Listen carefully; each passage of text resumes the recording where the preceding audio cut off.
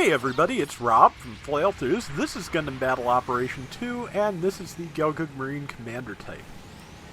This is the rare Gelgoog that I'm not really great with. I think I'm going to blame the rifle, because it's very similar to the Gelgoog Jaeger's rifle, but without quite the power. And just something about the fact that it plays a little different than the standard Gelgoog beam rifle just throws me. I think it's the fact that the rapid-fire beam shots are not bad, but I'm just used to the Gelgoog beam rifle, the standard one, just having so much power, even uncharged, that this is tough to get used to for me. Just fired a charged shot a little earlier than I intended, because that camper had me in its sights. We did exchange shots, and I'd say, since I'm missing a tiny little smidgen of health, and I hit it for over 3,000, I got the better of it. But yeah, as I've said before, camper's very fragile, weak against beams as best I can tell, and yeah, if you have a good beam rifle, you can take down a camper. Case in point, I think. Well, whatever that is, I got a few shots off on it, but did not kill it. Something managed to shoot me. Ah, that would be whoever that is over there, I'm pretty sure. As it is, gonna pull back, get a little cover, charge my rifle, and see what I can do. I think that's the other thing about beam rifle play that works well for me, is I know pretty much there's a very specific way that I need to respond to being shot, which is to back off and focus on my defense.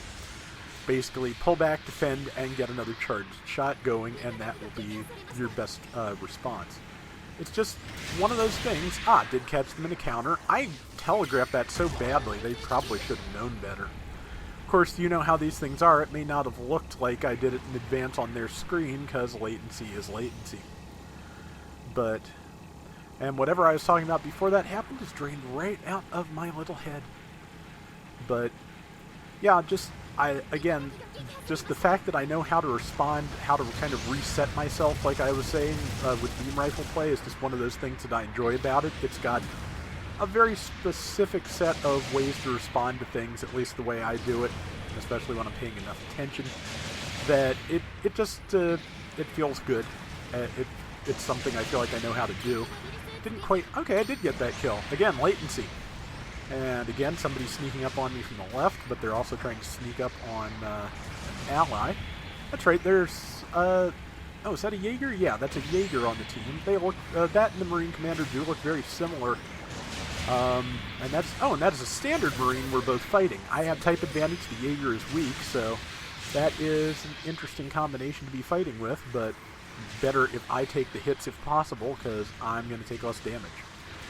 The thing about the standard Gelgoog Marine is that unlike the Commander type, it can run the standard beam rifle. It's just because it doesn't have the dodge roll, which I'm used to all my Gelgoogs having, I am not quite as good with it either, but still, you know, again, I'm better with that rifle than this one. There's still just also the fact I have the same problem with the Jaeger, no dodge roll and a weird rifle, so I don't always make the best of that one compared to the other Gelgoogs. I kind of have over-specialized in this game to some extent, just because I got the Gelgoog early in and I had so much success with it. And I'd say I held out with 42 hit points a relatively long time, snuck some damage in here and there, so not the terrible news. Got done in by an Alex, which has a lot of good tools to kill somebody very quickly from a distance with that fast-firing, fast-charging rifle and wrist Gatlings.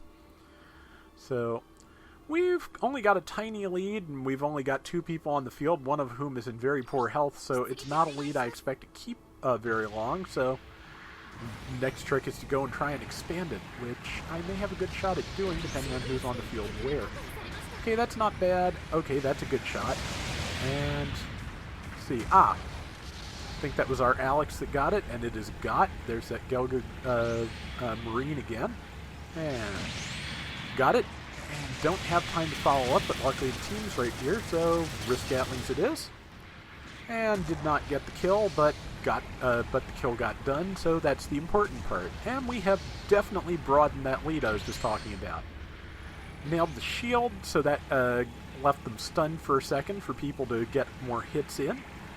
And I've gotten pretty good at detonating shields lately. Just, I can't always tag anything else, but I can get a shield dead on. which, again, if you're certain you can destroy it and leave somebody stunned and vulnerable, is not a bad thing to be doing. If you don't have any other plans, you know, if you're the only thing you can resort to is hitting the shield, hit the shield because you might luck out and break it. As it is, number 5, who I believe is our raid, is trying to get in there. It's kind of dangerous. Yeah, we need to tighten defenses a little bit. And yeah, the raids are coming after our Jaeger again, so I need to pretty much dedicate myself to thwarting that Gelgoog Marine if I'm smart. I'm not saying I'm smart, but I can certainly try it. And yeah, I did catch with that swing, 2,000 damage or so. It's almost dead. Somebody else will get the kill, and that is fine. And here is an Alex, which is not a great matchup, I don't think, but it doesn't hurt. Had to reload the wrist Vulcans. Not much point in firing 4 bullets into the person. And shot. Managed to catch it below the shield. That's good. Just used one of its 2 dodge rolls. It may have another, so not good to close. Yeah, because things with double dodge roll, you really have to be careful there, but I'll take the chance there because I nearly have them. They're behind me, specifically turned the way I did to put my shield towards them, which I think did save me from some of that damage. Now they've got their back to me, which means they're probably going to die. A little too far away for the wrist Gatling, but the beam machine gun has good range. Oh, luckily someone got them for me when they came back around to try and fight me. That was a good strategy they had, though, of going around the rock and charging their rifle before they came at me. That is the kind of reset I'm talking about with a beam rifle mobile suit, and as you can see, they probably would have gotten a lot more damage in on me if I was not flanked by my entire team. That was a good play, but just when you're outnumbered, you're outnumbered. And that is that Marine again. It is about to die, and invulnerability was up, so it died.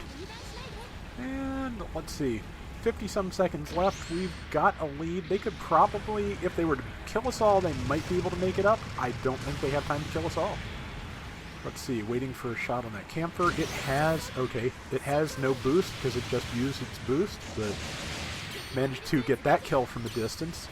That's the other thing about beam rifles is you can get a bunch of nice little opportunity kills at long range with those. Again, just another thing that I really like about beam rifle play. But Camper's almost dead. They have actually managed to make up a little bit of the distance between us. Not all of it, and they're not going to have time to make it all. They might even manage to kill me with the time that's left. I'm trying to get the Gatlings on him because they stun relatively quickly. And with an ally right there, we can, hopefully together, do some good damage. Got the assist, and that was enough to fill time until the buzzer. So, yeah, that was a pretty good round with the Marine Commander. Probably the best I've ever done with it, because like I said, I don't always do great with it. So, yeah, that was good. And, let's see. Got all the tops. Top score 3,300, top assists 945, and over 100,000 damage. Not bad at all. Let's see. 5 kills to 1 death. I think that's decent. Beat the rival in all but one category. And yeah, that's a pretty good round. That is going to do it for today's Gundam Battle Operation 2. We will be back soon with more, so till next time, everybody take care and have fun. Later! So yeah, I'm still really curious to see what they do for Christmas and New Year's this year, because last year, near the end of the year, is when the Alex and Camphor were introduced, so I'm not sure what they could put in at this point that would be equally impressive. It kind of depends on where we go from here. If they were going to move it to 600 points, that might be a good time to introduce some higher level things. Like I said, though, I'm just not quite sure where they go. If they go straight to Zeta, I'm thinking the Gundam Mark II would be a good place to start in regular and Titans flavors. And if they decide to stop by Advance of Zeta first, it's hard to say.